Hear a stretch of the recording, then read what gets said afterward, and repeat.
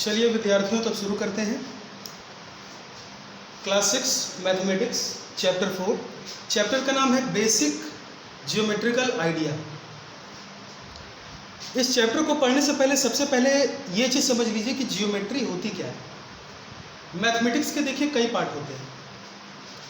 Arithmetic होता है, algebra होता है। एरिथमेटिक तो आप बचपन से पढ़ते आ रहे हैं, क्लास 1 में, क्लास 1 से पढ़ते आ रहे हैं। 1 + 1 2 होता है, 2 + 2 4 होता है, 3 + 2 5 होता है। ये आप पढ़ते आ रहे हैं शुरू से ही। ये एरिथमेटिक का पार्ट है। मैथमेटिक्स के कई पार्ट हैं जिनमें एक पार्ट एरिथमेटिक है, ठीक है। इसी प्रकार से अलजेब्रा है, जो कि आप शायद आगे पढ़ेंगे, जब पढ़ेंगे तो बताएंगे। एक अगला पार्ट आता है मैथमेटिक्स में जिसको हम जियोमेट्री कहते हैं। जियोमेट्री मैथमेटिक्स का वो पार्ट है जिसमें हम मैथ्स को समझने के लिए, किसी चीज़ को समझने के लिए फिगर्स का इस्तेमाल करते हैं। फिगर्स का, जैसे आपने कुछ भी बनाया, अगर इसकी स्टडी कर रहे हैं आप, इसके बारे में कुछ देख रहे हैं, ये किसी चीज़ का शेप है, तो ये जो पार्ट है वो ज्योमेट्री के अंदर आएगा, ठीक है। ज्योमेट्री का जो एरिया है बहुत बड़ा है, बहुत वास्ट है। ये काफ़ी बड़ा चैप्टर है, इसमें बहुत कुछ आता है। लेकिन आपके क्लास 6 में जो एनसीईआरटी में सिलेबस है वो बहुत बेसिक आइडिया से दिया गया, एकदम शुरुआती जो आइडिया होता है वहाँ से दिया गया है। तो एकदम बेसिक से स्टार्ट करते हैं। तो जैसा कि ज्योमेट्री हमने बताया कि एक ऐसी मैथमेटिक्स जिसमें हम फिगर्स के माध्यम से स्टडी करते हैं, तो वो ज्योमेट्री कहलाता है, जिसको हिंदी में रेखा गणित भी बोलते हैं, रेखा गणित। चलिए अब आते हैं आपके पॉइंट पे। आपके सिलेबस में जो पहला चीज़ हमें समझना है वो समझना है कि पॉइंट क्या होता है। पॉइंट क्या होता है, इसको हम दो तरीके से समझ सकते हैं। सबसे पहला तो तरीका ये है कि एक कहानी के माध्यम से समझिए। मैंने कहा कि यहाँ पर एक सेब रखा हुआ है, यहाँ पर एक सेब रखा हुआ है।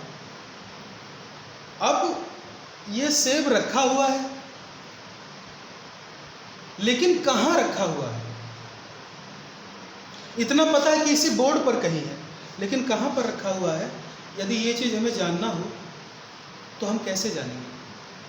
हम ऐसे हाथ करके तो बताएंगे नहीं, या बताएंगे भी तो भी एग्जैक्ट समझ में नहीं आएगा कि कहाँ रखा हुआ है। अगर मान लीजिए इनविजिबल है, दिख ही नहीं रहा, तो अगर कोई आपके सामने बैठा है, आप उसको कैसे बताएंगे कि ये कहाँ रखा हुआ है? तो आप क्या करेंगे, जहाँ पर है, आपको पता है कि कहाँ पर है, जहाँ पर है वहाँ पर आप क्या करेंगे, एक ऐसे पॉइंट, या जिसको हम डॉट भी बोलते हैं, डॉट, पॉइंट कहिए, डॉट कहिए, एक बात है। जब आपने ये बना दिया तो आपको उस सेब का, उस एप्पल का लोकेशन समझ में आ गया, आपको पता चल गया। अब मुझे उंगली दिखाने की ज़रूरत नहीं है कि वहाँ पर है। शायद उंगली दिखाता तो एग्जैक्टली समझ में नहीं आता कि ये उंगली यहाँ है कि यहाँ है, लेकिन अभी ये पॉइंट बनाने से समझ में आ रहा है कि ये एग्जैक्टली यहीं पर रखा हुआ है। एग्जैक्टली ये चीज़ हमें समझ में आ रही है। इसका मतलब ये है कि पॉइंट क्या है, तो पॉइंट किसी पर्टिकुलर स्पेस में किसी एक लोकेशन को कहते हैं। ये पूरा बोर्ड को पूरा एक स्पेस मान लीजिए। स्पेस मतलब खाली जगह। अब यहाँ पर तो कई सारे लोकेशंस हैं, ये भी है, यहाँ भी है, यहाँ भी है, यहाँ भी है, और हर लोकेशन अलग अलग है, हर लोकेशन अलग अलग है। अगर आपको यहाँ दिखाना है तो आप यहाँ पर एक पॉइंट डाल दीजिए, अगर आपको यहाँ दिखाना है तो यहाँ पर एक पॉइंट डाल दीजिए। इट मीन्स कि पॉइंट क्या है, किसी स्पेस में, किसी खाली जगह में एक पर्टिकुलर लोकेशन, पॉइंट किसी पर्टिकुलर लोकेशन को किसी स्पेस में बताता है।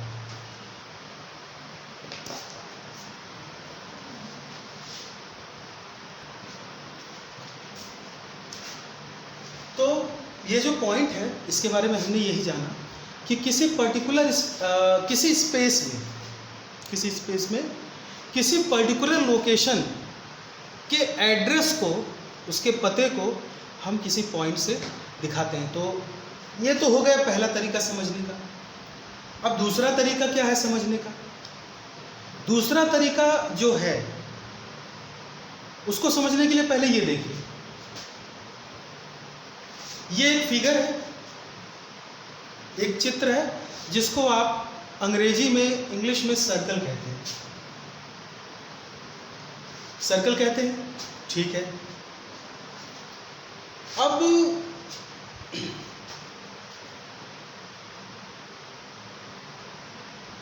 अगर आप ये जानते हैं कि इसको सर्कल कहते हैं तो ये भी जानते होंगे शायद कि एरिया क्या होता है, थोड़ा बहुत आइडिया होगा।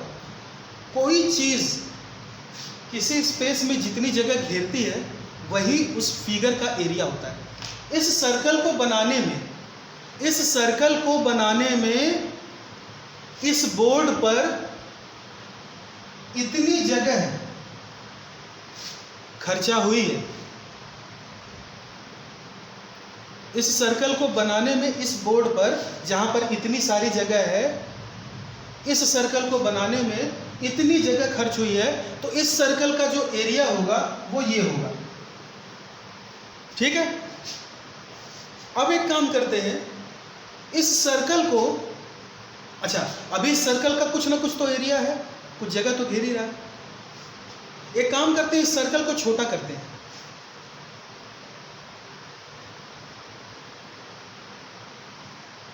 इस सर्कल को छोटा कर दिया, अब ये एरिया कम हो गई, जगह कम हो गया। इस सर्कल को इस बोर्ड पर बनाने में जो जगह खर्च हो रहा है वो कम हो गया। ये यहां तक ठीक है। अच्छा एक काम करते हैं, इस सर्कल को और छोटा कर देते हैं, एरिया थोड़ा और कम हो गया। इस सर्कल को और छोटा करिए, और छोटा करिए, और छोटा करिए। ये सबसे अंदर वाला सर्कल बनाए हैं, इसका एरिया इतना सही है, इतने से जगह में ये बना हुआ है, इतने सही जगह में ये बना हुआ है। आप एक काम कीजिए कि इस सर्कल को उससे भी और छोटा कीजिए।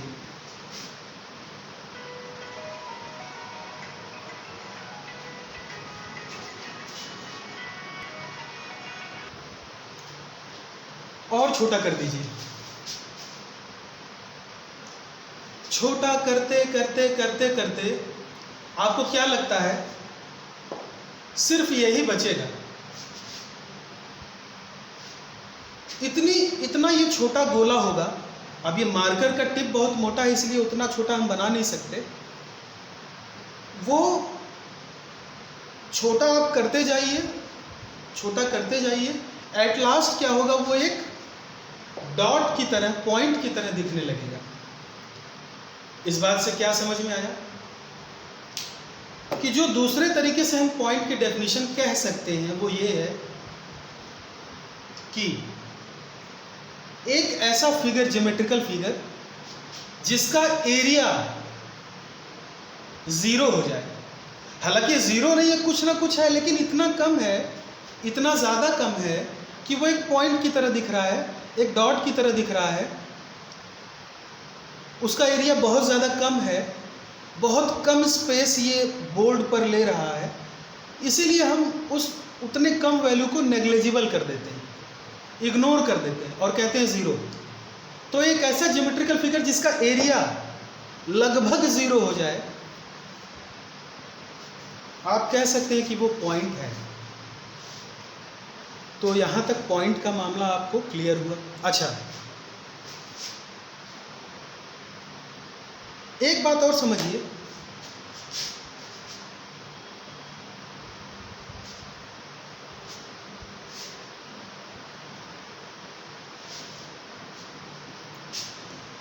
इस बोर्ड पर आप कई सारे पॉइंट, कई सारे डॉट, कई सारे लोकेशंस को दिखा सकते हैं पॉइंट की मदद से। जैसे मान लीजिए हमें बोर्ड के इस लोकेशन को दिखाना है, तो यहाँ पर हमने एक डॉट डाल दिया। यहाँ पर इस लोकेशन को दिखाना है तो यहाँ पर एक डॉट डाल दिया, यहाँ दिखाना है यहाँ एक डॉट डाल दिया, यहाँ डाल दिया। अब समस्या ये है कि हम जानेंगे कैसे कि किस लोकेशन की बात हो रही है। पॉइंट तो है लेकिन उस पॉइंट का कुछ ना कुछ नाम तो होना चाहिए। जैसे आप हैं या इस दुनिया में कोई भी है तो उसका कुछ ना कुछ तो नाम होगा, वरना हम पहचानेंगे कैसे? क्योंकि इंसान तो सभी हैं लेकिन पहचानेंगे कैसे? अच्छा, घर तो सबके हैं लेकिन किस घर की बात हो रही है ये कैसे जानेंगे? उसके एड्रेस से। तो इस पॉइंट का भी कुछ ना कुछ नाम, कुछ पता होना चाहिए। तो बोर्ड पर इस लोकेशन को जिस पॉइंट से दिखाया गया है उसका हम कुछ नाम रखेंगे ताकि हमें पता चल जाए कि वो पॉइंट बोर्ड के इस लोकेशन को बता रहा है। तो नाम रखने का तरीका क्या है? हम अल्फ़ाबेट की मदद लेते हैं। आपकी इच्छा है, आप जो चाहें अल्फ़ाबेट का इस्तेमाल कर सकते हैं। हमने इसको नाम दिया है ए और इसको बोलेंगे पॉइंट ए। इसको हमने नाम दिया है एक्स। हमारी मर्जी है, हम कुछ भी नाम दे सकते हैं। अगर कोई बाउंडेशन नहीं है, क्वेश्चन में कुछ लिखा नहीं है, तो हम इस पॉइंट का नाम हमारी मर्जी से कुछ भी दे सकते हैं। ये हम इसको Z रख देते हैं, कोई दिक्कत नहीं। इसको I रख देते हैं, कोई भी दिक्कत नहीं है। यहां तक हमें क्या बात समझ में आई कि किसी पॉइंट का नाम रखने के लिए हमें एक अल्फ़ाबेट लेटर की जरूरत पड़ेगी। सिर्फ सिंगल लेटर से हमारा काम चल जाएगा। किसी भी पॉइंट को हम एक सिंगल अल्फ़ाबेट से ही दिखाते हैं, शो करते हैं। चलिए, तो ये हो गया आपके इस मेन हेडिंग की बात। पढ़ने का तरीका क्या है? इसको पढ़ेंगे पॉइंट ए, इसको पढ़ेंगे point I, point Z, point X।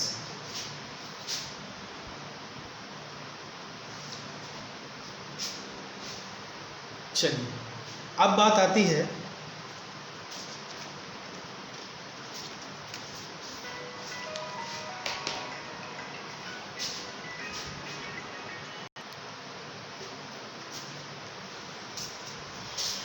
चलिए भाई आते हैं। पॉइंट का नाम आपने समझ लिया। आते हैं लाइन सेगमेंट। अगली जो आपकी हेडिंग है वो है लाइन सेगमेंट। लेकिन मैं चाहता हूं कि लाइन सेगमेंट समझने से पहले आप लाइन समझे क्या होता है।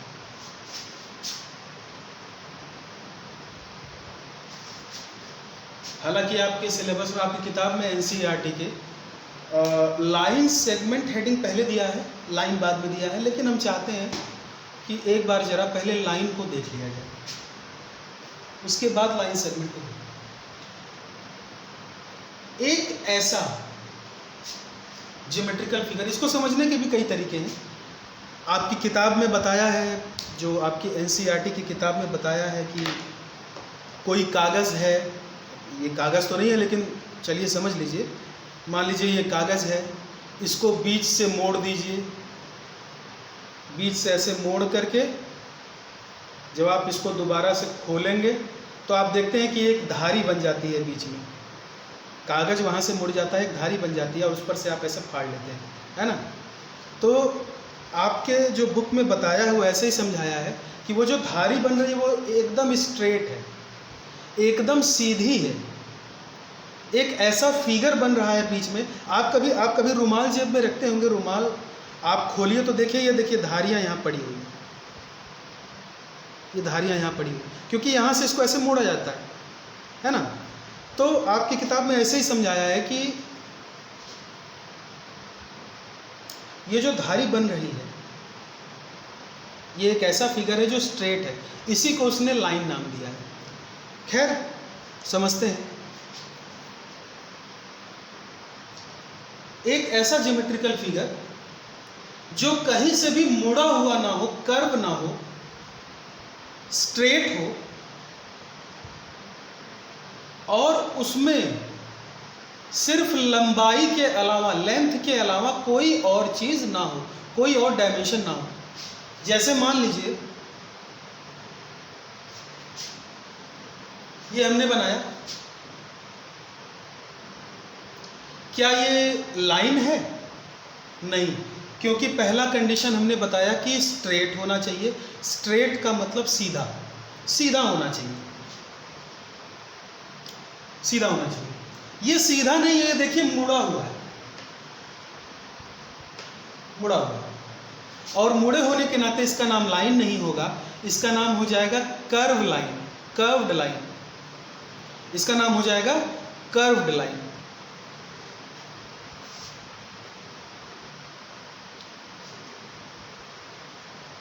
क्या ये लाइन है?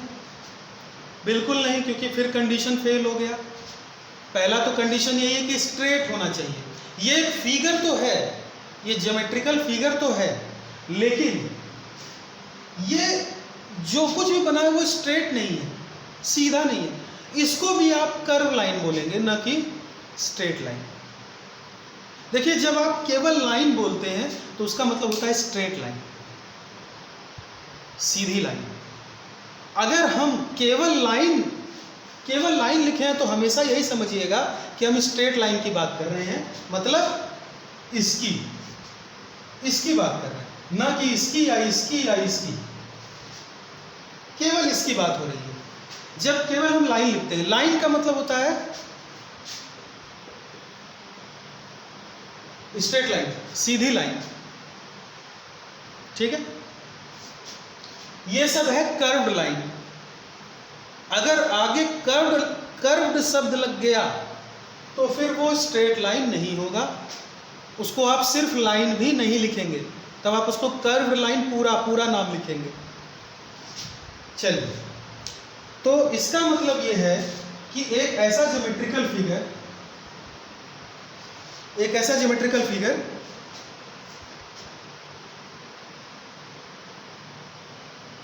जो कि स्ट्रेट हो, सीधा हो, और हमने एक और चीज बताया कि उसमें सिर्फ लेंथ हो, लंबाई, उसमें चौड़ाई ना हो, ब्रेथ ना हो, वो ब्रेथ ना हो उसमें। ये जरूरी है, ये पॉइंट। ऐसा ना हो कि हम इसको ऐसे बना दें।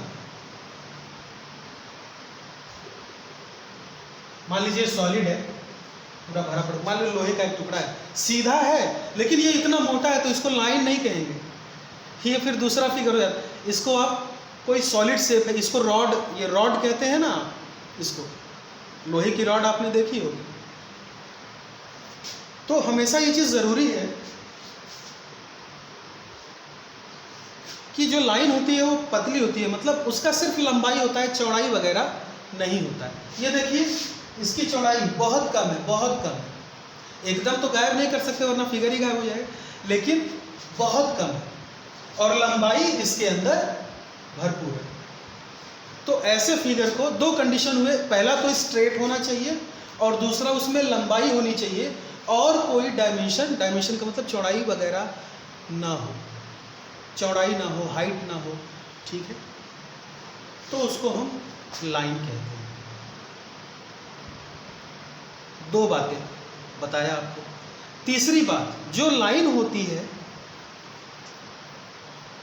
वो उसका शुरुआत कहाँ पर है और उसका अंत कहाँ पर है, मतलब स्टार्टिंग पॉइंट क्या है और वो कहाँ तक जाएगा, उसका एंड पॉइंट, ये डिफाइंड नहीं होता है।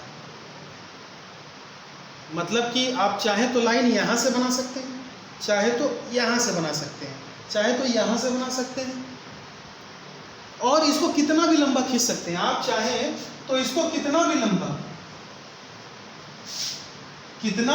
आप इसको खींच सकते हैं। न इसका कोई स्टार्टिंग पॉइंट होता है, न इसका कोई एंड पॉइंट होता है। इतनी बात क्लियर है।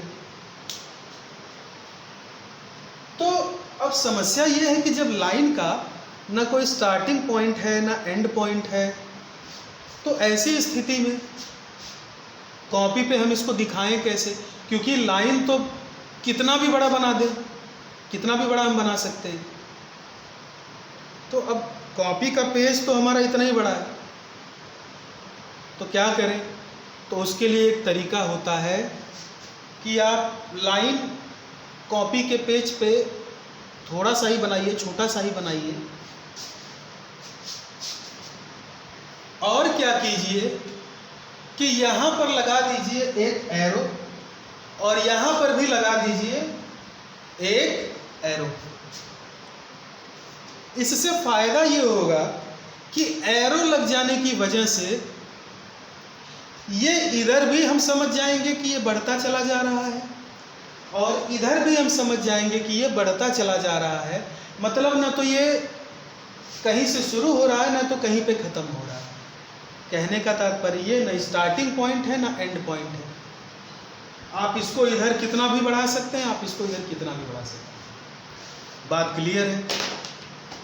अच्छा,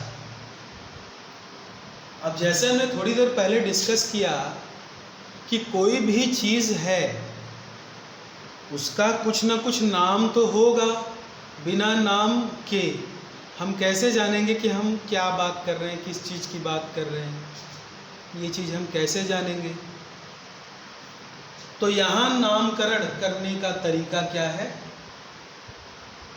पहले तो ये 2 एरो लगा दिया, ठीक है। अच्छा, ये लाइन ये कितनी बड़ी आप बनाएं इसका कोई दिक्कत नहीं है, आप जितनी भी बड़ी बनाइए, चाहे वो छोटी बनाओ चाहे बड़ी बनाओ कॉपी के पेज पे, लेकिन एरो लगाना जरूरी है। एरो बस लगा दोगे वो समझ में आ जाएगा कि ये लाइन है, इधर भी बढ़ता जा रहा है उधर भी बढ़ता जा रहा है। लेकिन अगर इसका हमें नाम लिखना होगा तो हम क्या करें? ठीक है, नाम लिखने की ज़रूरत क्यों पड़ेगी? क्योंकि भाई अलग अलग क्वेश्चन में हमें अलग अलग लाइंस के साथ डील करना पड़ेगा। हो सकता है दो या दो से ज़्यादा लाइंस के साथ हमें डील करना पड़े। जैसे मान लो एक यहाँ बनाए हैं, एक यहाँ बनाए हैं। अब कैसे पता चले कि हम इस लाइन की बात कर रहे हैं तो इस लाइन की बात कर रहे हैं? कैसे पता चले? तो दोनों का कुछ ना कुछ नाम तो देना पड़ेगा। नाम से हमें पता चलेगा कि हम किस लाइन की बात कर रहे हैं। तो हम क्या करते हैं,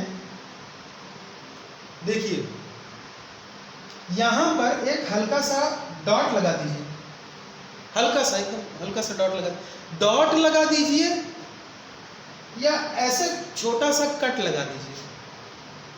हालांकि ये कोई ऐसा बहुत ज़रूरी नहीं है, बहुत सारे बुक्स में, किताबों में, बहुत जगहों पर ये कट या डॉट नहीं भी लगाया रहता है, लेकिन हमारी आदत है शुरू से तो हम लगाते हैं। आपकी इच्छा हो तो आप भी लगाइए, ऐसा कोई कंपलसरी नहीं है। लेकिन सिस्टम जो है, ट्रेडिशन, वो यही है कि यहाँ पर या तो छोटा सा कट लगा दीजिए या डॉट लगा दीजिए और यहाँ का नाम रख दीजिए। यहाँ का नाम रख दीजिए ए, यहाँ का रख दीजिए बी। ये जो कट मारे हैं वहाँ का, ये जो डॉट बनाए हैं वहाँ का नाम रख दीजिए यहाँ पर सी। अच्छा, एक बार ए ले चुके हैं, एक बार बी ले चुके हैं, तो ए और बी दोबारा नहीं लेंगे, नहीं तो नाम मैच हो जाएगा ना। तो इसको सी नाम रख दीजिए और इसको डी नाम रख दीजिए, ठीक है। अभी हमारा काम पूरा नहीं हुआ। ये तो चलिए फिगर देख के आप पहचान जाएंगे, ये है लाइन ए बी, ये है लाइन सी डी। लेकिन इसको लिखेंगे कैसे? जब लिखना होगा तो क्या हर बार इतनी बड़ी लाइन बनाएंगे, फिर ऐसे ऐसे करेंगे, फिर डॉट मारेंगे, कट मारेंगे, ऐसा करेंगे क्या बार बार? नहीं। तो उसको लिखने के लिए कुछ तरीका होना चाहिए। तो इसको लिखने का जैसे हम पॉइंट को लिखते थे, पॉइंट ए, उसी प्रकार से लाइन को कैसे लिखेंगे? लाइन ए बी, क्योंकि 2 अल्फाबेट का इस्तेमाल हुआ है, यूज हुआ है, इसलिए लाइन ए बी, ऐसे इसको पढ़ते हैं लाइन ए बी, और इसको बोलेंगे लाइन सी डी। अच्छा, यहां तक तो ठीक है, लाइन ए बी है, ये है लाइन सी डी। एक चीज और समझिए, हम क्या करते हैं, थोड़ा सा अपना समय बचाने के लिए और ज़्यादा बोलना और लिखना ना पड़े, इसलिए इसको हटा दीजिए, इस वर्ड को हटा दीजिए, ये जो इतना LINE लाइन लिख रहे हैं इसको हटा दीजिए, ठीक है। और क्या करिए, AB के ऊपर छोटा सा ऐसे बना दीजिए, ऐसे लाइन बना दीजिए, छोटा सा, मतलब A से लेके B तक जितना दूर में कवर हो जाए बना दीजिए, बस हो गया आपका काम। ये है लाइन AB। उसी तरीके से CD के ऊपर भी कर दीजिए। ये जो सिंबल है वो सिर्फ लाइन को रिप्रेजेंट करने के लिए ही ऐसे बनाया जाता है और कहीं पर भी नहीं बनाया जाता है। तो जैसे ही आप इसको देखेंगे, हम अगर ये फिगर हटा भी दें,